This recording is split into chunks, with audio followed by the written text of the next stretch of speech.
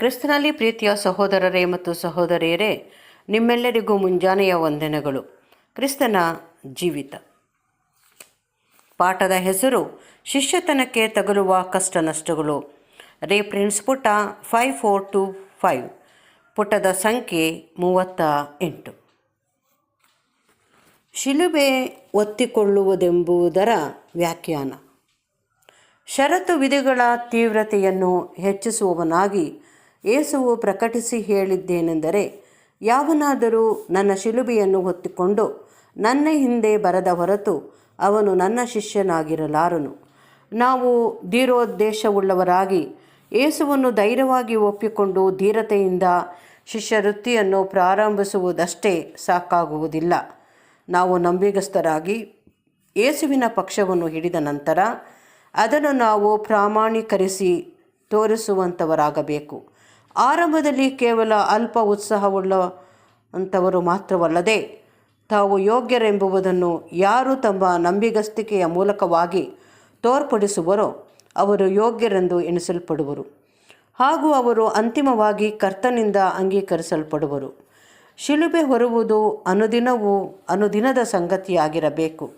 ದೇವರ ವಾಕ್ಯದಲ್ಲಿ ನಮಗಾಗಿ ವಿಧಿಸಲ್ಪಟ್ಟಿರುವ ದೇವರ ಚಿತ್ತವನ್ನು ಪ್ರತಿರೋಧಿಸುವ ಸಲುವಾಗಿರುವ ಲೋಕ, ಶರೀರ ಮತ್ತು ಸೈತಾನನ ಮೂಲಕವಾಗಿ ಉಂಟಾಗುವ ವಿರೋಧಗಳು ನಮ್ಮ ಶಿಲುಬೆಯಾಗಿರುವುದು. ನಮ್ಮ ಒಡೆಯನು ವ್ಯಕ್ತಪಡಿಸಿರುವಂತೆ, ನನ್ನ ಚಿತ್ತವಲ್ಲ ನಿನ್ನ ಚಿತ್ತದಂತೆಯೇ ಆಗಲಿ ಎಂಬುವುದೇ ಕೇವಲ ಸೂಕ್ತ ಮನೋಭಾವವಾಗಿರುವುದು.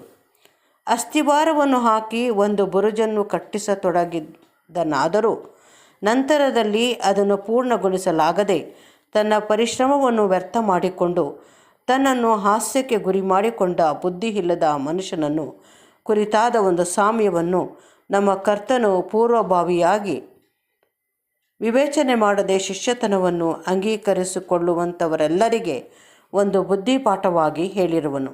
ಸಾಕಷ್ಟು ಸಿದ್ಧತೆಯಿಲ್ಲದೆ ಯುದ್ಧಕ್ಕೆ ಹೋದ ಪರಿಣಾಮವಾಗಿ ನಿರ್ನಾಮಗೊಂಡಂಥದ್ದು ಮತ್ತೊಂದು ನಿದರ್ಶನವಾಗಿತ್ತು.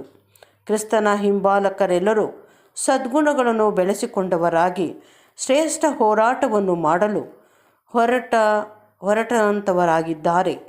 ಯೇಸುವಿನ ಧ್ವಜ ಪತಾಕೆಯ ಕೆಳಗೆ ತಮ್ಮ ಹೆಸರನ್ನು ನೋಂದಾಯಿಸಿಕೊಳ್ಳುವಂಥವರೆಲ್ಲರೂ ಸೈತಾನನಿಗೆ ಮತ್ತು ಪಾಪಕ್ಕೆ ವಿರೋಧವಾಗಿ ನಿಂತು ಕಠಿಣವಾಗಿ ಹೋರಾಡುವಂಥದ್ದನ್ನು ಹಾಗೂ ಒಳ್ಳೆಯದನ್ನು ಮಾಡುವುದರಲ್ಲಿ ನಂಬಿಗಸ್ತಿಕೆಯಿಂದ ನಿರಂತರವಾಗಿ ಪರಿಶ್ರಮಿಸದ ಹೊರತು ಜಯಶಾಲಿಗೆ ನೀಡಲಾಗುವ ಜಯಮಾಲೆಯನ್ನು ಅಪೇಕ್ಷಿಸಲಾಗುವುದೆಂಬುದನ್ನು, ಇಲ್ಲವೇ ಬಲ, ಒಳ್ಳೆಯ ಆಳು ಎಂಬ ಪ್ರಶಂಸಾ ವಚನವನ್ನು ಕೇಳಿಸಿಕೊಳ್ಳಲಾಗದೆಂಬುದನ್ನು ನಿರೀಕ್ಷಿಸುವಂಥವರಾಗಿರಬೇಕು. ಕ್ರಿಸ್ತನ ವಿಷಯವಾದ ಧ್ಯೇಯ, ಉದ್ದೇಶ, ಪ್ರಚಾರಗಳನ್ನು ಪ್ರತಿಪಾದಿಸುವಂಥವರು ತಾವು ಮಾಡುವಂಥದ್ದನ್ನು ಪೂರ್ಣವಾಗಿ ಸ್ಪಷ್ಟವಾದ ರೀತಿಯಲ್ಲಿ ಗ್ರಹಿಸಿಕೊಂಡವರಾಗಿ ಈ ಒಳ್ಳೆಯ ಮಾರ್ಗದಲ್ಲಿ ಹಿಂತಿರುಗಿ ನೋಡದಂತೆ ಸ್ಥಿರ ನಿರ್ಧಾರದಿಂದ ಮುಂದೆ ನಡೆದಲ್ಲಿ ಅದು ಎಂಥ ಆಶೀರ್ವಾದಕರವಾಗುವುದು.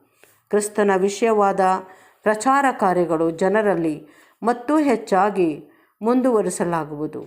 ಅವರ ಸಂಖ್ಯೆಯು ಬಹು ಅಲ್ಪವಾಗಿದ್ದಾಗ್ಯೂ ಲೋಕದಲ್ಲಿ ಅವರ ಪ್ರಭಾವ, ಅಧಿಕಾರಗಳು ನಿಸ್ಸಂದೇಹವಾಗಿಯೂ ಬಹು ಅಧಿಕವಾಗಿರುವುದು.